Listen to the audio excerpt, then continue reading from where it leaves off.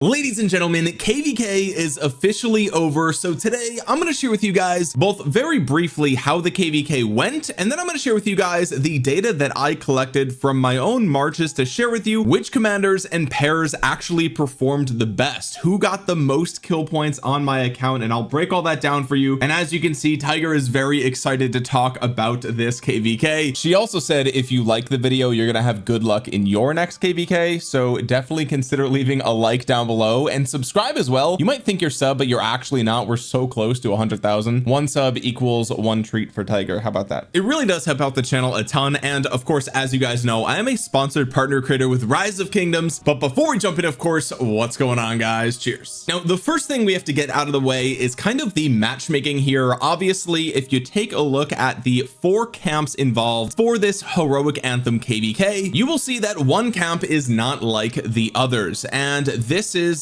something that a lot of people noticed. Of course, matchmaking has been a little bit wonky lately, and I think that our matchmaking being so bizarre was definitely talked about in the community, but also at the same time there was an even bigger KvK with an even bigger obvious matchmaking blunder, so I think that kind of got all of the attention. Nevertheless, obviously this matchmaking was a bit rough, to say the least. Okay, as you guys know, I am in Kingdom 1568. that is the water camp here, and so being the highest power and highest kill point camp going into the diplomacy talks, from what I'm told, was a little bit difficult, because clearly there's a discrepancy here, but it's not big enough to justify a 1v3, right? That's one of the things that I saw a couple of people say in the comments of my video where I announced that we're going into KvK, and I just find it funny because, like, for the last 6 to 9 months I've been seeing all these comments of like, oh, 1568, oh, it's a dead kingdom, oh bro, it's, oh, they're dying, bro, oh, it's so dead. Actually, you should 3v1. It's like,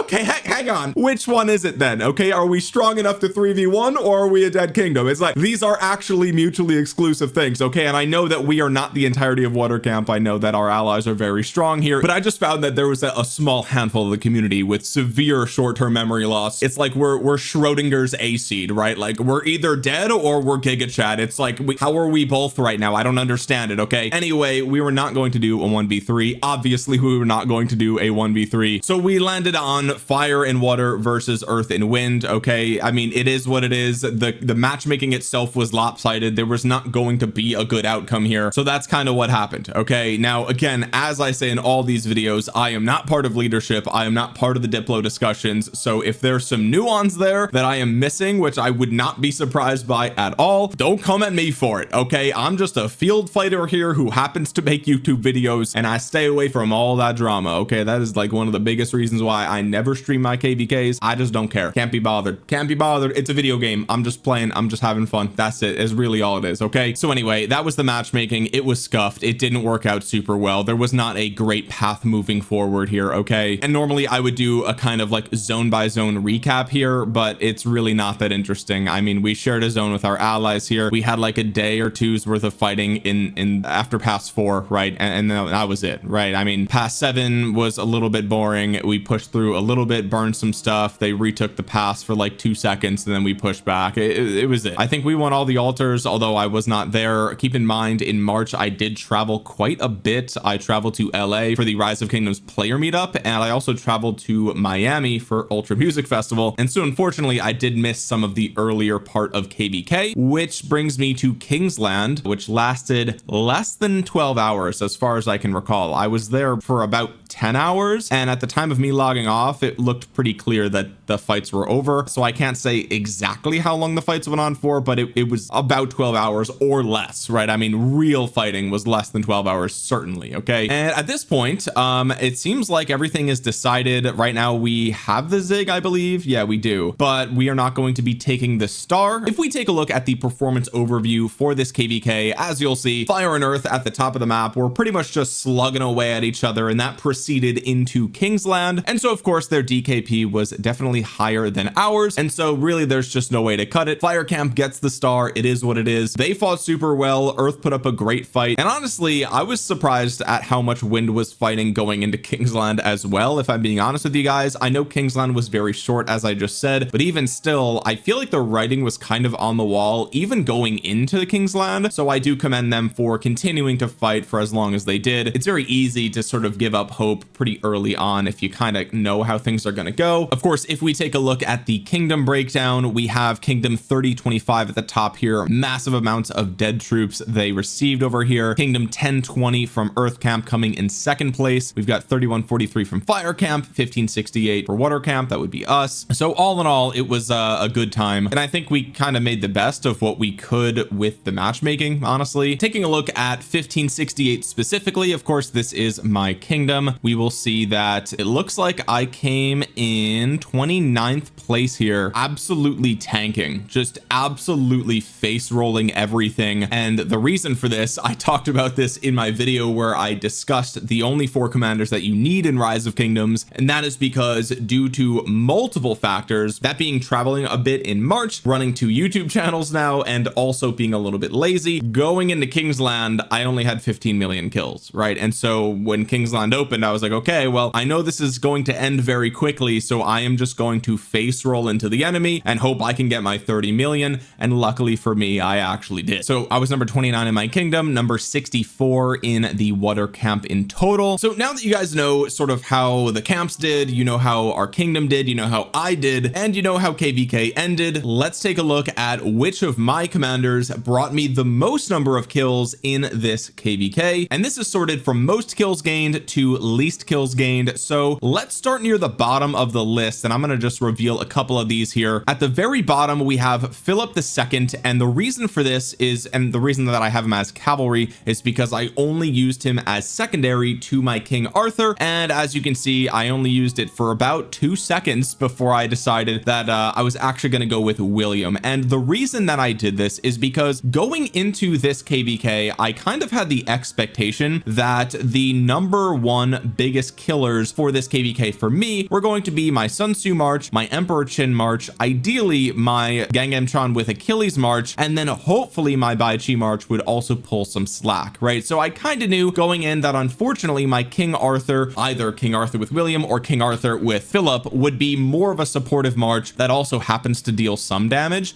And what I determined was that I would rather have the supportive nature of William over Philip, and the reason that I decided that is because, one, making sure the enemy can't benefit from buffs to skill damage is a really big deal right now, especially with Wedge 2 formation just coming out. Very good stuff. And on top of that, the extra rage gain on the 4th skill of William I thought would be the thing that moves the needle the most from a support perspective, right? So if we look at Philip, his buff is quite good, but it's only for 2 seconds, right? And so if there isn't any big power plays that happen in those 2 seconds, you're going to wait for a whole nother skill cycle, right? Whereas with the rage gain here, as long as you stay connected to your target, you're going to get the benefit of that eventually, which is casting your next active skill sooner, right? So I really like that. Everything else between these 2 commanders is quite frankly pretty similar. For cavalry it's 35% attack versus William's 50% attack, right? Like it's kind of crazy. Of course Philip is a little bit faster, but that's not that big of a deal when it comes to cavalry in my opinion. And also keep in mind we have a museum relic here as well for William, right? So in terms of actual skill damage factor, I think William probably is about the same, if not a little bit better, almost certainly better actually than Philip. He has 10% all damage, whereas Philip has 30. It's only outside of territory, but again you have more attack points, so you combine that with the extra bonus to defense as well, and it's like, yeah, I just feel like William moves the needle a little bit more for me personally. That's how I played. That's why I decided to run the William, and that's why you're going to see the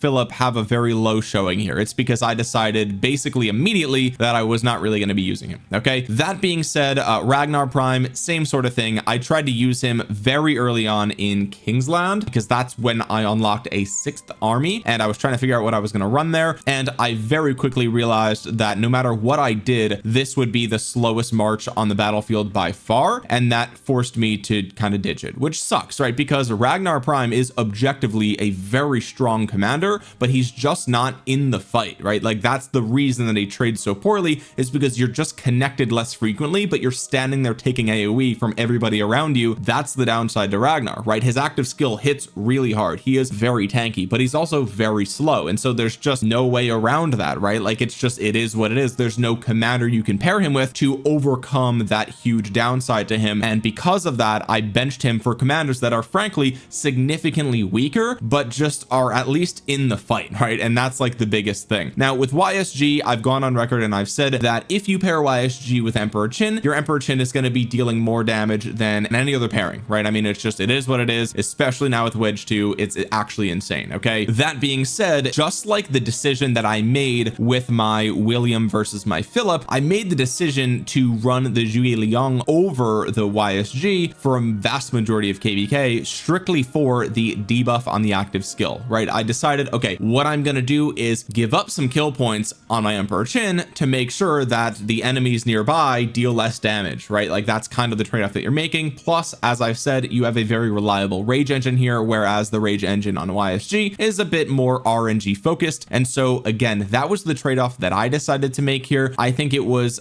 the right play in general. If you are only going to run a small percentage of armies, right? Like, let's say you're a free-to-play player or a low spender and you're only running 2, 3, 4 armies in the field, then maybe you would rather have the YSG and just farm as many kills as you can. But for me, running 5 and at the end 6 armies, I wanted to be a little bit more supportive, and that's why my YSG finds himself so low here. It's not necessarily YSG's fault. I just chose somebody else. That's really it. Okay, let's reveal the next 2 armies that I used here, and as you'll see, we have Scipio Prime with Alexander the Great, and we have King Arthur with William. Now, I've already explained the King Arthur with William here. King Arthur is the damage dealer and William is the support, who frankly doesn't deal that much damage at all, unfortunately. And the Scipio Alex I explained in my previous video where I touched on the 4 commanders that you need in Rise of Kingdoms in 2026, and the only reason that I ran the Alexander the Great behind the Scipio Prime is because I unlocked my 6th army. I needed to get as many kills as possible in Kingsland, and so I needed a commander pair that was fast but also was infantry, because this is the 6th set of gear that I have on my account. So again, I tried to do the Scipio with Ragnar. It's just too slow, even with the windswept boots that I crafted specifically for this. Unfortunately, I also don't have the March speed accessories. I ditched those many years ago thinking I would never need them, which is unfortunate. I would have loved to have them now. I don't have the blueprints. I couldn't even craft them. And so when you look at the March speed on Scipio, it's 25% in Kingsland. Basically, that's kind of what I'm reading this as. You also look at the fact that the support tree is better now than it's ever been, with the recent buffs to emergency protection and to loose formation as well. Really love to see that. I went with a full March speed build. Of course, I guess I could have technically tried to grab this March speed as well. I just didn't want to make the concessions over here. And then you look at, of course, Alexander the Great. He's got 30%, right? I mean, it is what it is. It's on this skill here. So that's what I went with. I figured he's got instant proc. Is it a great pairing? Absolutely not. But I just needed it to be as fast as possible. And so that is kind of my excuse for running that in Kingsland. This is not something you should run. This is not a good commander pairing. It is just what I needed to do. And as you can see, the kill points were quite low. Okay, I gained about 1 million kill points from this army specifically out of 30 million. Okay, so definitely not worth running. The King Arthur with William got 1.5 million each, so a total of 3 million. 10% of my kill points came from this army specifically. Considering how good King Arthur actually is, I really thought that this army would perform a little bit better, but unfortunately it did not. Okay, so with that being said, let's take a look at the next set of commanders here. And as you can see, we've got Achilles with Gangam Chan, and we have Bai Chi with William Wallace. Okay, now this is what I talked about in my video where I discussed the only 4 commanders that you need. I keep referencing that video. If you haven't watched it, go check it out on the channel. Lots of you guys actually really appreciated that video because it helped you guys a lot figure out what commanders are most important. But I said in that video that I was surprised by my Achilles Gangam Chan performing quite bad, frankly. I really thought it would do much better than this. I mean, really, this is 4.3 million kill points versus basically the 3 million kill points of my King Arthur William, right?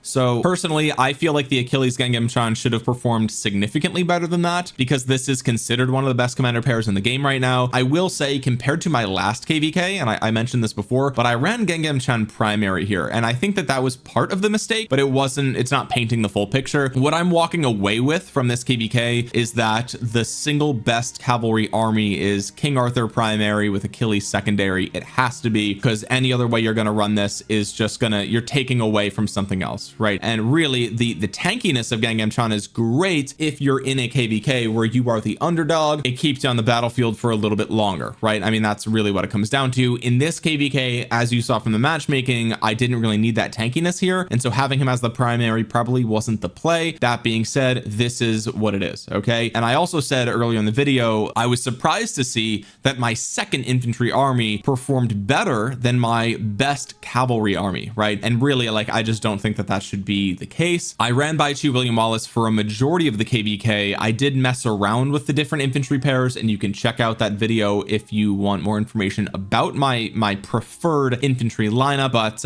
it is what it is, okay? Now, with that being said, let's just reveal the rest of the commanders here, and you will see that my Sun Tzu Prime with Liu Che got about little less than 8 million kills here, and you'll see that my Emperor Qin with Zhuge Liang got nearly 9 million kills, okay? So if we take a look at all of the data here, we just reveal everything. You will see that my infantry armies got 45.47% of my kill points. You'll see that my cavalry armies got about 24.24%, and my archers, my single archer army, got 30.3% of kill points, okay? So really insane stuff here. I'm gonna reveal the total. Of course, I just barely broke 30 million. Like I said, I didn't even think it would be possible considering how far I was behind going into Kingsland, and it is what it is, okay? So if we reveal the rest of the data that I have compiled here for you guys, you'll see that my Sun Tzu army, like I said in my previous video about this topic, was about 26% of my kill points. Emperor Qin was a little more than 30, and so these two armies combined were 56% of my kill points right here. It's kind of insane, right? More than half my kill points came from these top 4 commanders, and it's only 2 armies, right? 2 armies out of 6 in Kingsland got me more than half my kill points. It's kind of nuts to think about that, and that's why I said in that video that really the Emperor Qin and the Sun Tzu Prime armies are the only ones that really matter right now, and they're the only ones that you really need to focus on if you're a new player or if you're a returning player and you're trying to catch up to the current meta. Just focus on those 2 armies until we learn about whatever the next archers are, which by the time I post this, I don't think we'll know more about them unless they drop them literally like tonight when I'm recording this. Not drop them, but reveal them, okay? To be honest, I don't know when those new archers or when the next set of commanders is going to be released or revealed or anything like that. I know a lot of people are on edge waiting to find out. I'm right there with you, right? I want to know, but we don't know anything right now. So at the time of recording this, these are the 2 armies that matter the most, in my opinion, by far, considering how well they performed for my account. Now, I do just want to touch on this really quick because I did mention that my second infantry army performed better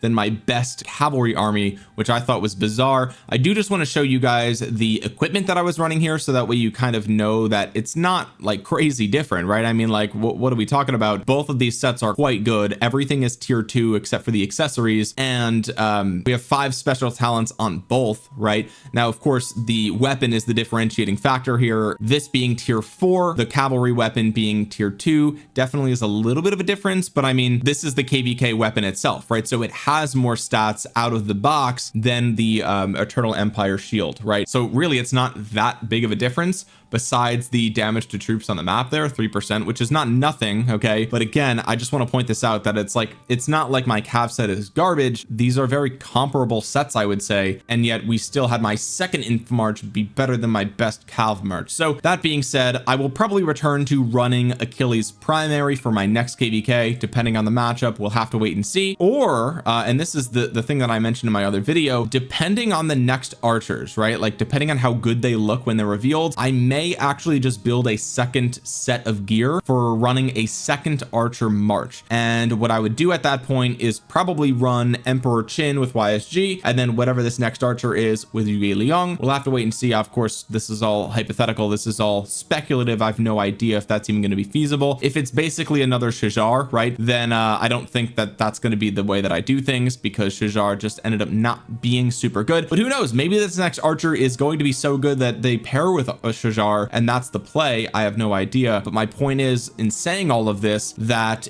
if the next archer looks really good, like busted good, right, then what I might do is run 2 infantry, 2 archer, 1 cavalry going into the next KvK. All that's going to depend on my second set of boots and if I'm able to get tier 4, tier 5 boots by the next KvK, which probably not, considering that I just don't have the blueprints. Really, that's the bottleneck for me right now, surprisingly, is blueprints, but I do have planned the entire set that I would be building there. So that might be the next thing, and if I do that, then it's going to be King Arthur with Achilles, right? Like that's clearly going to be the commander pairing that I run as my single cav march. And then of course in that KvK, as I unlock my 6th army, then my 6th army will be basically what I ran this KvK, which would be Arthur with William. So that's how I'm going to do it. That's my current plans moving forward, but again, that all depends on what the next archers actually look like and how many blueprints I can get for the boots before my next KvK. I also don't know when we're going into our next KvK. I don't know if we're going to take first pop. I don't know if we're going to wait a little bit. I have really no idea because I'm not in leadership, but that's pretty much it, guys. Those are all the commanders that I used. This is how they did in my most recent KvK. Hopefully this helps you guys determine what commander pairs you should run, what commanders are the highest priority for you in Rise of Kingdoms today. And if you learned anything in this video or you found it useful or informative or entertaining or anything like that, please consider dropping a thumbs up. It is the #1 best way to support a YouTube channel. I'm not even kidding. And if you don't want to miss any breaking news for upcoming commanders or any future videos for Rise of Kingdoms, consider subscribing while you're down there and clicking the bell to be notified the next time I upload a video. You might think you're subbed, but you're actually not. Double check down below. And before you go, drop a comment letting me know what you think about these commander pairs, and were you surprised by this? Do you think my cavalry should have performed better? Did they perform better for you than they did for me? Let me know in the comment section below. And with that being said, guys, thank you so much for watching. This has been Omniarch. I'll talk to you guys again soon. Peace.